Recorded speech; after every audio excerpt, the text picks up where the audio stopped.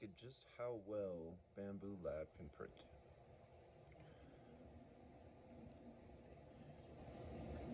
It's taken me a few days. I've had nothing but failed prints to get the settings dialed in for a 0.1 millimeter print layer. And I thought that these reverse screws would be perfect. I'm still having trouble with certain adhesions. I just cannot get perfect adhesion. And I think I know why now. And the reason is because I've been using 0.1 millimeter. So what these prints are that I downloaded on Thingiverse is that it's having, there's half the bottom layer. So the bottom layer, I doubled it, and I'm retrying this print, and so far, I'm not seeing any warping or adhesion issues. I also changed the infill finally, and you can see the failed print here. But look at how sharp those. Geez, I mean, just unbelievable, just so beautiful. And I was not ever expecting a printer to be this fantastic. Getting rid of the gaps on the bottom. You know, you can do a different initial layer patterns, which I'm experimenting with to solve this. And I think this is the warped, no, it's not the warped one. But you can see if you're printing with extreme, you know, layer width like this, I mean, you can barely see the layers. You would take a magnifying glass for you to count these, because it is just so freaking good at it. And focus. There we go. So the printer, you know, if it's the problems are not with the printer, most likely. Other people have had issues with gaps. I've seen other videos of people showing their stuff. I've tried extra extrusion, higher temperatures. What else have I tried to get this to fill in gaps? Now I'm using a spiral pattern. I figured since it does the walls so fantastically that hopefully the bottom layer will be really clean with it spiraling inwardly. But you can see just,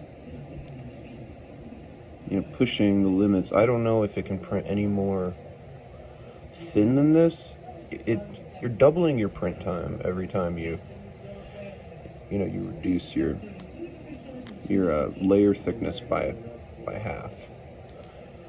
So it takes a long time, but to see what this printer is capable of, and me, I tried to some issue here that needs to be updated. Honestly, I looked online, and you cannot print from a specific layer. So when I lost one of these pieces, one of these came undone. It came on the board. It warped ever so slightly, and that just gets worse over time. Sometimes you can get away with it, but not this time. Didn't get lucky. And so what I tried to do, I thought that you could lift up the layer on the program. So when you're layer scanning and you're looking at stuff, there's a little slider bar that lets you drop down the layers, and you can inspect infill and stuff, or you can lift it up. And I assumed that by lifting it up and then previewing would set it like that, and then I could continue printing from that layer height. Apparently you can't do that. You have to actually go into the program, and it should just automate that, you know? It'd be so convenient if we could just do that. Like, I wanted to delete this piece that wasn't glued in, right? I want to delete this piece, go back and finish printing the other 3 pieces that are doing just fine. What happens is the nozzle just came down at full force it had no detection and smashed into the pieces. Hopefully the printer's okay. So yeah, don't try to do that. But you can see just how well this printer can print. Like, this just looks incredible. This layer here is just beautiful. And then the sharpness of all the threading. Is that threading? It's just fantastic. Of course, you get little hairs, you know. It's typical. It's kind of almost impossible to get rid of that. Especially when you print slow, you gotta have just the perfect settings. But I think everything now is dialed in.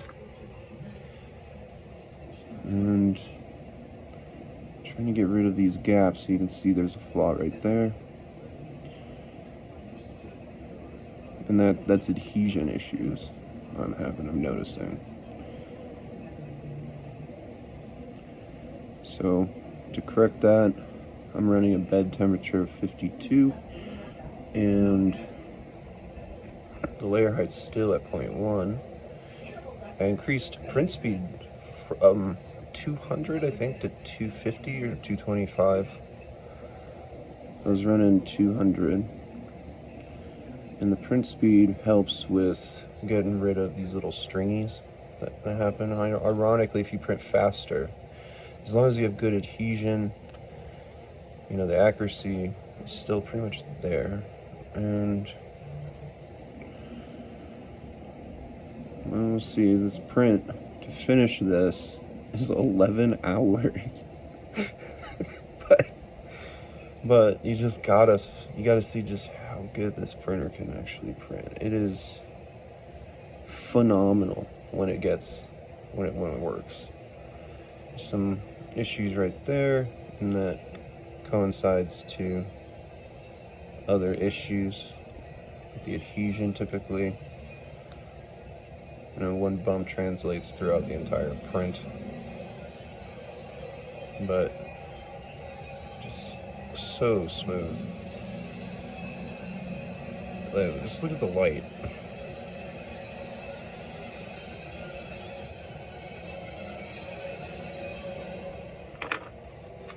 And how the light is almost perfectly straight. Like, it's just fantastic. Focus.